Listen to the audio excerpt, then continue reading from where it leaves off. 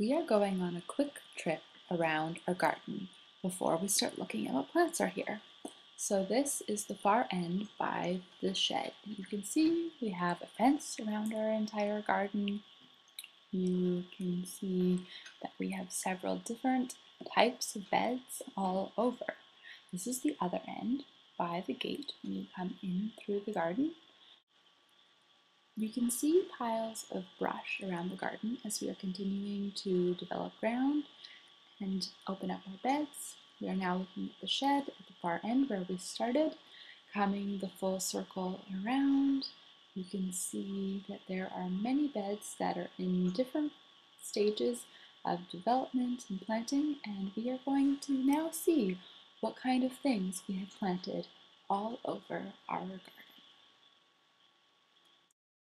We're in the boreal forest. It's the 19th of July, 2015, the boreal forest of northern Manitoba. And at this point, we want to talk about some of the fruit that we've been experimenting with.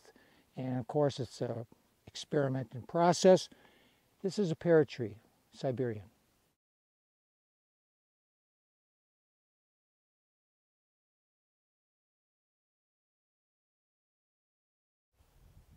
This is a fruit called sea buckhorn. Comes from northern Scandinavia, Siberia, Europe. It produces a red berry. We hope it's the second year. We hope this year to get a fruit on it. These are the females. You must have a male, which is much smaller than the females, in order to pollinate. We're very excited about it.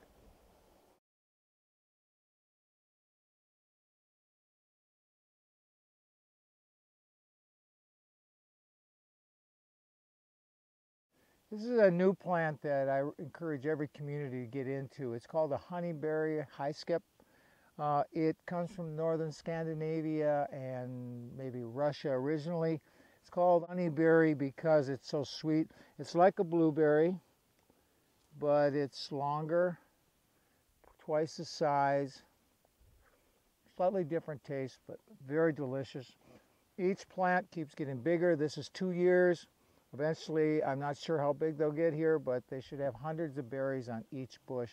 I'd highly recommend it to every community to buy as many as you can.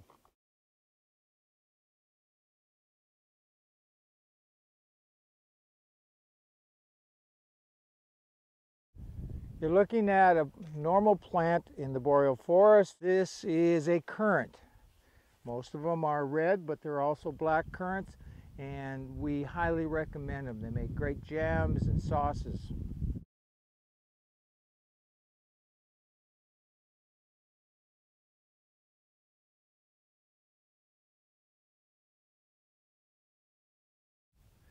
This is a variety of Saskatoon berry. It's something that grows in southern Manitoba prolifically, but we're just beginning to see it up here. Again, because of the climate change that's occurred in the 41 years I've been here, this is now a very productive fruit plant also that should be planted and grown. Viking barley is a type of grain that can be grown in northern Manitoba. This Viking barley is growing well even though it is planted on sandy soil. That is one of the great things about Viking barley.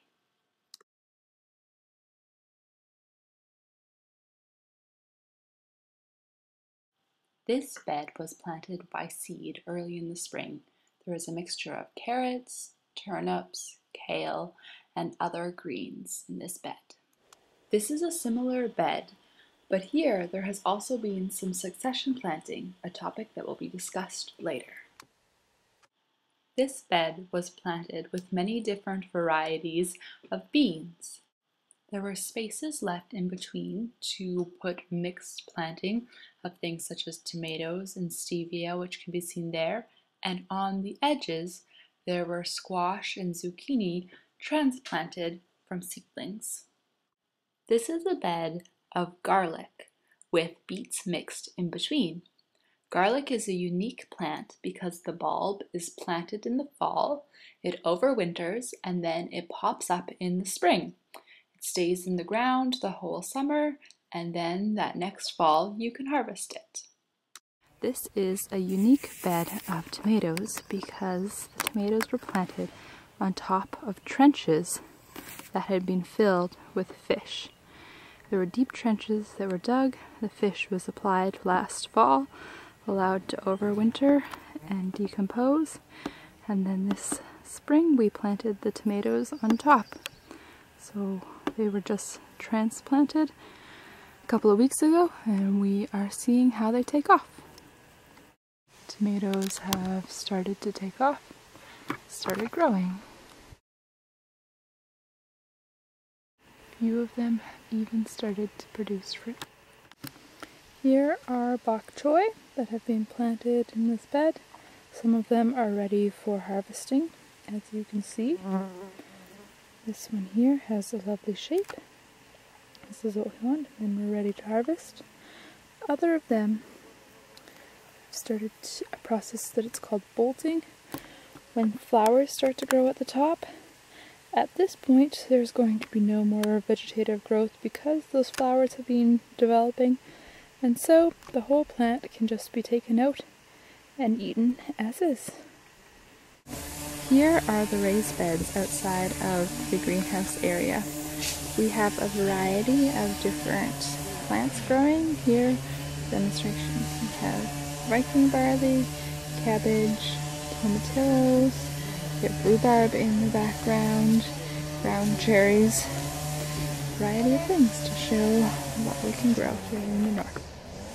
We have a variety of strawberries we're growing. Right now we're working with 10 varieties. This could be one of the future products we can grow in the north that I'm very excited about. The quality of the strawberries has increased beyond imagination, I believe, because of the longer days and the cooler temperatures, lack of insect problems.